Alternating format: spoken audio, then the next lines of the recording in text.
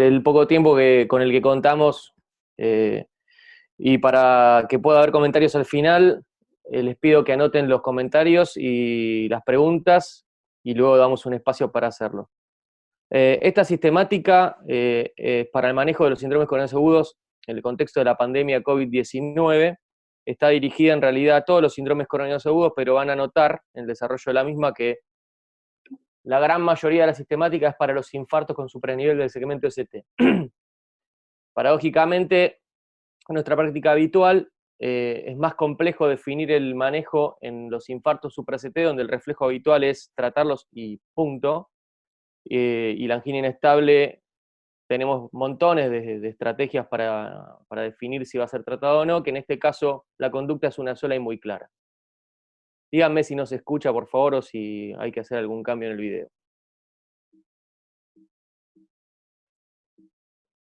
Todo bien por ahora. Sí, escuché. Se escucha Lo que sí fenómeno. tengo todas las... Minimicen, por favor. A ver, ahí está. Entonces, como sabemos, es un germen de altísima contagiosidad y que a los grupos de mayor riesgo los afecta mucho.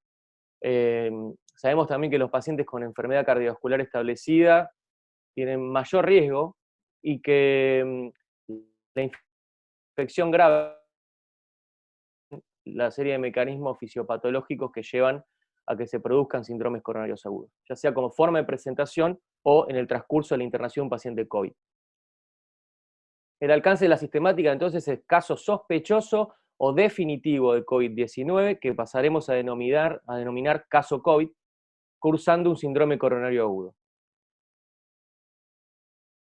Bueno, conocen la definición del Ministerio de Salud del 30 de septiembre, que es la última, rápidamente: fiebre y uno o más síntomas respiratorios, y en los últimos 14 días que haya estado en contacto con un caso COVID, o tenga un historial de viaje fuera del país, o tenga un historial de viaje o residencia en zonas de transmisión local. Como sabemos, el área de la Cava y del AMBA ya son zonas que se establecen como zonas de transmisión local, razón por la que el punto de tenga historial de viaje fuera del país, pronto creemos que no va a estar en la definición, pero cumplimos en nombrarlo porque forma parte de la definición del Ministerio de Salud.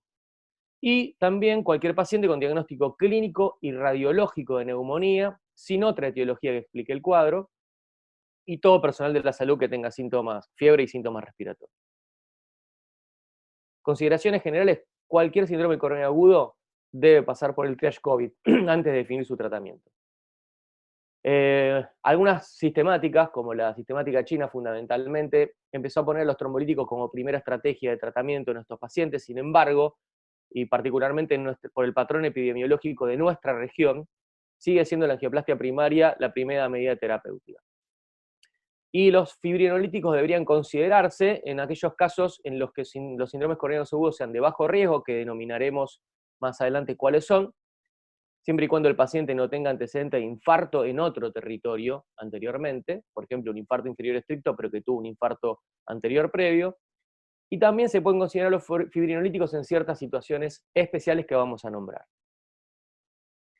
La TC primaria debe realizarse únicamente al vaso culpable. Después se verá caso a caso, de acuerdo al estado clínico del paciente, si sería pertinente realizar una angioplastia a un segundo vaso en el procedimiento primario.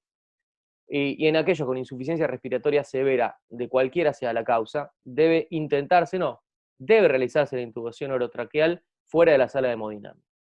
Todos sabemos, todos lo hemos hecho alguna vez, lo dificultoso que es intubar a un paciente con el angiógrafo de por medio, y es un procedimiento de altísima contagiosidad, así que hay que realizarlo en un ambiente controlado.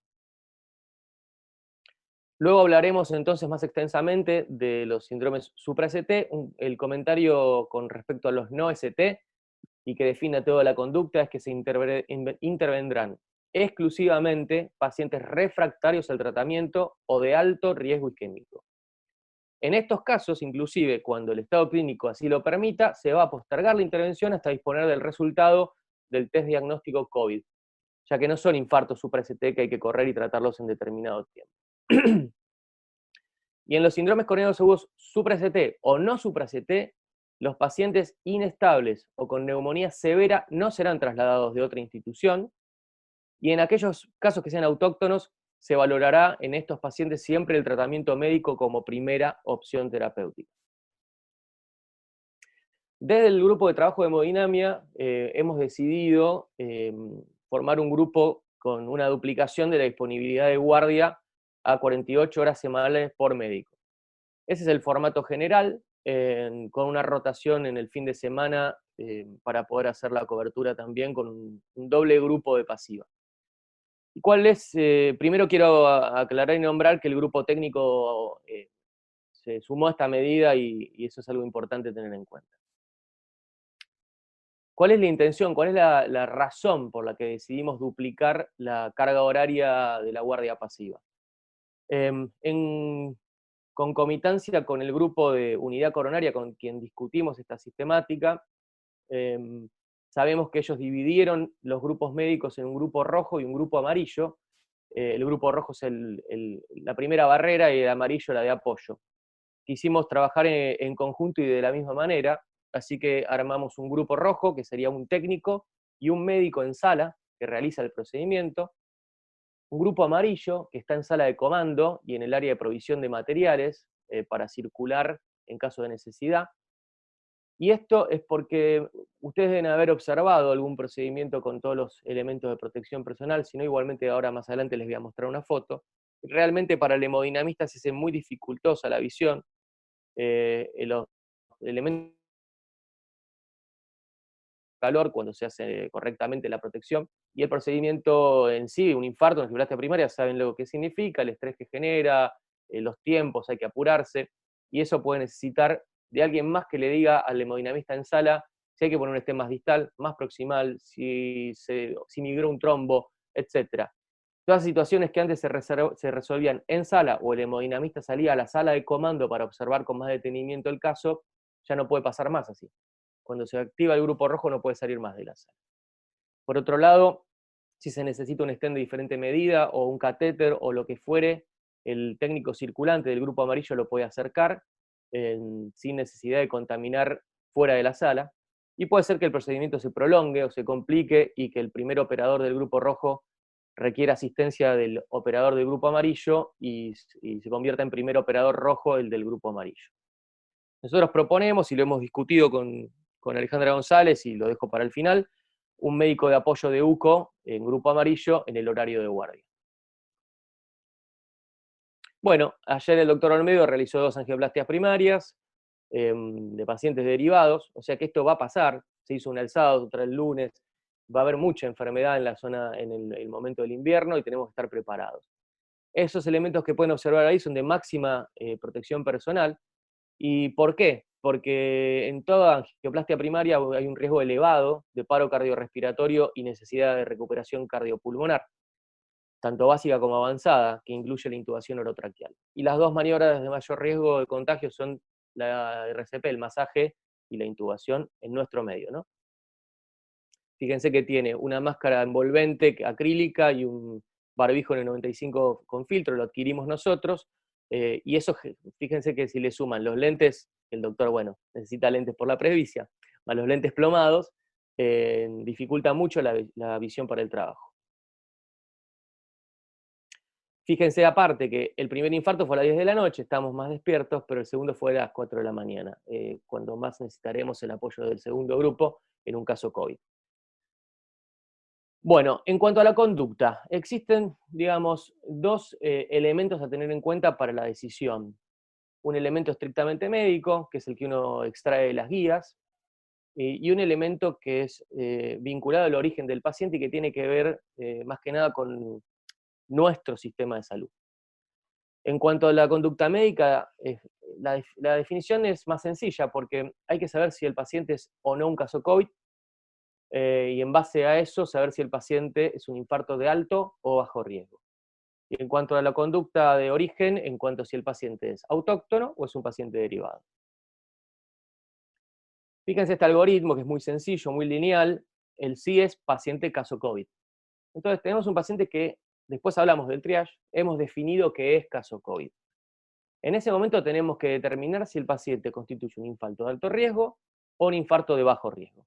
Alto riesgo entendiendo que un infarto anterior o combinado, un infarto con hipotensión sostenida, un infarto Kili-Piquín valveo mayor, un infarto con arritmia ventricular severa o bloqueo auricular completo, o aquellos casos en donde hay más de 12 horas de evolución, donde sabemos que el beneficio global de la angioplastia se reduce, pero con trombolíticos es nulo, si suma a esas 12 horas una de las anteriores o la persistencia de los síntomas, sigue constituyendo un infarto de alto riesgo y en ese caso continuamos con angioplastia primaria. En caso que sea de bajo riesgo, que serían los asintomáticos, los infartos inferiores estrictos sin compromiso del BD o lateral estricto, en ausencia de criterios de alto riesgo, podemos contemplar el uso de fibrinolíticos. Si decidimos el uso de fibrinolíticos, debemos evaluar si el paciente evoluciona con criterios de alto riesgo. Si los criterios de alto riesgo están ausentes, pasa aislamiento del UTI y terminó el tratamiento del paciente. Si los criterios están presentes, debemos avanzar con la angioplastia primaria. Puede ser que no haya disponibilidad de fibrinolíticos. Esto aplica sobre todo a los centros derivadores, ¿no? Pero puede ser localmente. Estábamos hablando con Alejandra González, que tiene solo 2 ampollas de RTPA, que es el fibrinolítico indicado, sobre todo cuando uno opta por tratamiento fibrinolítico sobre la angioplastia primaria. Entonces, si no disponemos de fibrinolíticos, debemos considerar realizar la angioplastia aunque el infarto sea de bajo riesgo y sea un caso COVID. Si en conjunto con el médico de unidad coronaria o el derivador decidimos no realizarlo el tratamiento con angioplastia primaria, teniendo en cuenta que sea un infarto de bajo riesgo, o por consideraciones que hablaremos más adelante, debe continuarse con el tratamiento médico. ¿Cómo actuaremos de acuerdo al origen de los pacientes? En los pacientes autóctonos, el mecanismo va a ser más sencillo porque nosotros confiamos en el médico con el que trabajamos, son médicos de guardia de nuestro hospital que conocemos. Va a ser más complejo en los derivados. La idea es hacer un triage inicial en guardia del paciente para definir lo más importante, que es si es un caso COVID o no. Si no es un caso COVID, el comportamiento va a ser el habitual. Si es un caso COVID, se gatilla la serie de decisiones que tenemos que abordar del manejo del paciente. Asumiendo que el paciente es caso COVID, definiremos su destino, y también el médico que lo recibe definirá si es para tratamiento invasivo o médico de acuerdo al algoritmo que les mostré más arriba. En ese momento estableceremos, por supuesto, al haber definido que el tratamiento es invasivo, la comunicación con hemodinamia. El grupo de trabajo de hemodinamia va a realizar un segundo triage, un triage interno, que es un checklist que les voy a mostrar al final, donde podemos inclusive aunar criterios, sobre todo en los pacientes autóctonos. En caso de que sea caso COVID, se valora el tratamiento invasivo versus el médico con el algoritmo que mostré más arriba, que es el apéndice 2. Paciente no COVID, cursará su internación en UCO, y paciente COVID en terapia. Origen de los pacientes derivados. En este caso nosotros estableceremos, como siempre, comunicación vía SAME. Esta comunicación cabe destacar que es grabada entre el médico derivador, el médico coordinador de SAME y el hemodinamista. En ese momento, el hemodinamista realizará el primer triage, que es el checklist telefónico. El checklist telefónico, si da positivo para caso COVID, hay que activar el sistema de urgencia local. El sistema de urgencia local, que es el cardiólogo de unidad coronaria y también el jefe de guardia, porque debemos determinar disponibilidad de camas, que en este caso será primero en unidad de terapia intensiva, y la sistemática de recepción.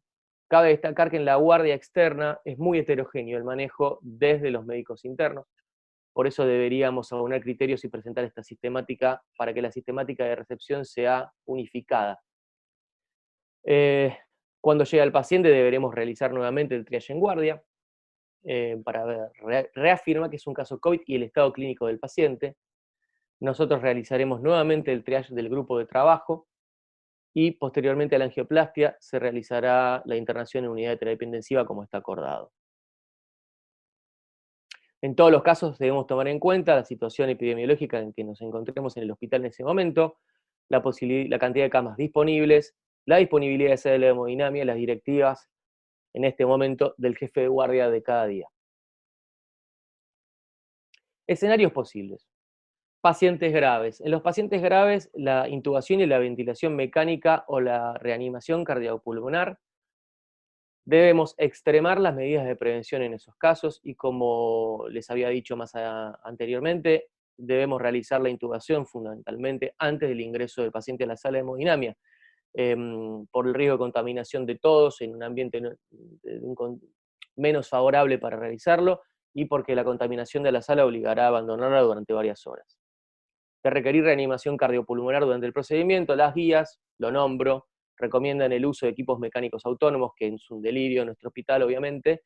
De no contar con estos, debemos hacerlo con máximas medidas de protección, y lo que indican es que sea por personal de apoyo para que el operador pueda continuar con el procedimiento. Pacientes con muerte súbita recuperada sin criterios electrocardiográficos evidentes de superdesnivel del segmento ST. Ese paciente que hizo un paro y que lo reanimaron y no tiene supra, que en muchísimos casos son estudiados.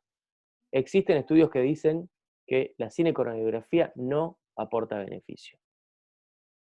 En pacientes con bloqueo completo de rama izquierda, deberíamos evitar, por empezar, el traslado innecesario desde el centro derivador, si es que es derivado, y en ese caso y también en los autóctonos, agudizar al máximo el diagnóstico con los criterios que conocemos, Pinsky, Barbosa, el que quieran aplicar.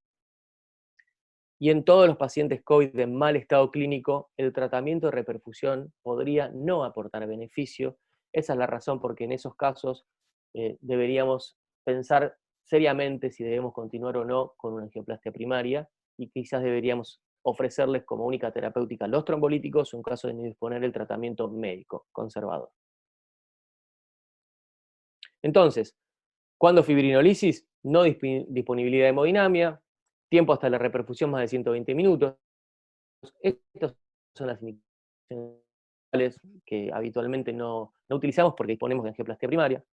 Pacientes COVID con mal estado clínico que dificulte esto el traslado desde un centro externo o desde la unidad coronaria a la sala. Recordemos que también si el paciente está intubado, al trasladarlo existe riesgo de contagio. Pacientes COVID con bajo riesgo hemorrágico y menos de 3 horas de ventana serían los más indicados, por el que es el momento de mayor beneficio del trombolítico, y como siempre, la administración debería ser en menos de 10 minutos del diagnóstico. Este es el checklist, simplemente se los comento, preguntamos los datos del paciente, la temperatura axilar, la frecuencia respiratoria, y todas las preguntas clásicas vinculadas a la definición del Ministerio de Salud, después lo vemos con más detenimiento. Y esta es la sistemática que ya les mostré, que acá entera incluye el triage, la determinación de caso COVID, y que si es por red de SAME, que la derivación queda en espera hasta definir, luego de la activación del sistema local, si el paciente puede ser recibido. Quedan algunos puntos por definir, como cómo será el traslado de los pacientes postprocedimiento, cómo seguirá el seguimiento posterior en unidad de terapia intensiva, que eso es una definición no nuestra, ¿no? Pero lo planteamos porque es una sistemática conjunta con la coronaria. ¿Cómo será el ámbito de internación por etapas, cuando se complete la internación en UTI, dónde sería el siguiente escenario? Y lograr un triage unificado en guardia externa. Bueno, finalizó la presentación.